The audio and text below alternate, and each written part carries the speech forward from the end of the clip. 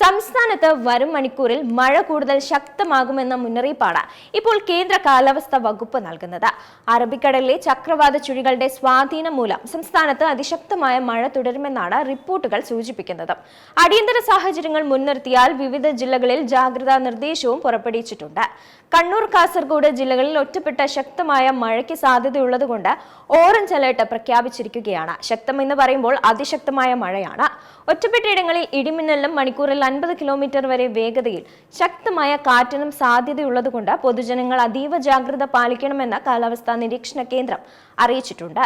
മഹാരാഷ്ട്ര തീരത്ത് മധ്യകിഴക്കൻ അറബിക്കടലിലും വടക്കൻ തെലങ്കാനയ്ക്ക് സമീപവും നിലനിൽക്കുന്ന ചക്രവാത ചുഴികളാണ് കേരളത്തിലെ ഈ മഴയ്ക്ക് പ്രധാന കാരണം. ജൂലൈ 3 വരെ സംസ്ഥാനത്ത് ഈ മഴ തുടരുമെന്ന് തന്നെയാണ് പ്രവചനം. കടൽക്ഷോഭത്തിനും ശക്തമായ കാറ്റിനും സാധ്യതയുള്ളതുകൊണ്ട് കേരള, ലക്ഷദ്വീപ്, കർണാടക തീരങ്ങളിൽ മത്സ്യബന്ധനത്തിന് കർശന നിയന്ത്രണവും ഏർപ്പെടുത്തിയിട്ടുണ്ട്. മണിക്കൂറിൽ 60 കിലോമീറ്റർ വരെ വേഗതയിൽ കാറ്റ് വീശാൻ സാധ്യതയുള്ളതുകൊണ്ട് ഈ മേഖലകളിൽ മത്സ്യത്തൊഴിലാളികൾ കടലിൽ ഇറങ്ങരുത്. കൊങ്കൺ, ഗോവ, തെക്കൻ തമിഴ്നാട് തീരങ്ങൾക്കും ഇതേ ജാഗ്രതാ നിർദ്ദേശമുണ്ട്. ശക്തമായ മഴയും കാറ്റും തുടരുന്ന സാഹചര്യത്തിൽ താഴ്ന്ന പ്രദേശങ്ങളിൽ താമസിക്കുന്നവരും മലയോര മേഖലയിലുള്ളവരും പ്രത്യേകം ജാഗ്രത പാലിക്കണം. കാലാവസ്ഥാ വകുപ്പിന്റെ ഔദ്യോഗിക നിർദ്ദേശങ്ങൾ കൃത്യമായി പാലിക്കുകയും സുരക്ഷിതമല്ലാത്ത സാഹചര്യങ്ങൾ ഒഴിവാക്കുകയും ചെയ്യേണ്ടതുണ്ട്. കൂടുതൽ അപ്ഡേറ്റുകൾക്കായി അതത് ജില്ലാ ഭരണകൂടങ്ങളുടെ അറിയിപ്പുകൾ പ്രത്യേകം ശ്രദ്ധിക്കേണ്ടതാണ്. അതേസമയം ഈ ന്യൂനമർദ്ദം രൂപപ്പെടുന്നതിന് മുമ്പുള്ള കാറ്റിന്റെ കറക്കമാണ് ചക്രവാത ചുഴി എന്നതുകൊണ്ട് ഉദ്ദേശിക്കുന്നത്. ന്യൂനമർദ്ദവും ഒരർത്ഥത്തിൽ കാറ്റിന്റെ കറക്കം തന്നെയാണ്. കാറ്റിന്റെ ശക്തി കുറഞ്ഞ കറക്കമാണ് ഈ ചക്രവാത ചുഴി. മർദ്ദവ്യതിയാനം കാരണം ചാക്രിക രീതിയിൽ കാറ്റ് കറങ്ങുന്നതാണ് ചക്രവാത ചുഴിക്ക് ഇടയാക്കുന്നത്. അന്തരീക്ഷത്തിലെ വിവിധ ദിശയിൽ സഞ്ചരിക്കുന്ന കാറ്റ് മർദ്ദവ്യത്യാസം മൂലം ചക്രം പോലെ കറങ്ങും. ഘടികാര ദിശയിലും എതിർ ഘടികാര ദിശയിലും ഈ കറക്കമുണ്ടാകും. ഭൂമിയുടെ ദക്ഷിണാർദ്ധഗോളത്തിൽ ഇത് ഘടികാര ദിശയിലും ഉത്തരാർദ്ധത്തിൽ ഇത് എതിർ ഘടികാര ദിശയിലുമാണ് ഉണ്ടാവുക.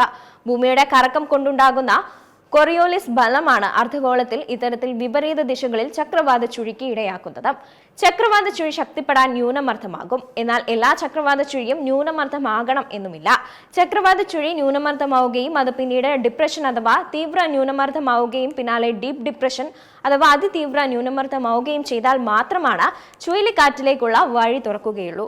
ഇപ്പോഴത്തെ ചക്രവാത ചുഴി ന്യൂനമർദ്ദമാകാനുള്ള സാധ്യത ഇല്ല എന്നുള്ള വിലയിരുത്തലാണ്. തമിഴ്നാട് തീരത്ത് രൂപപ്പെട്ട ചക്രവാത ചുഴിയുടെ കറക്കം തെക്കൻ തമിഴ്നാട്, തെക്കൻ കേരളം വഴിയാകും. ബംഗാൾ ഉൾക്കടലിലെ ഈർപ്പവും വഹിച്ചാണ് ഈ രണ്ട് സംസ്ഥാനങ്ങളിലൂടെയും ചക്രവാത ചുഴി സഞ്ചരിക്കുക.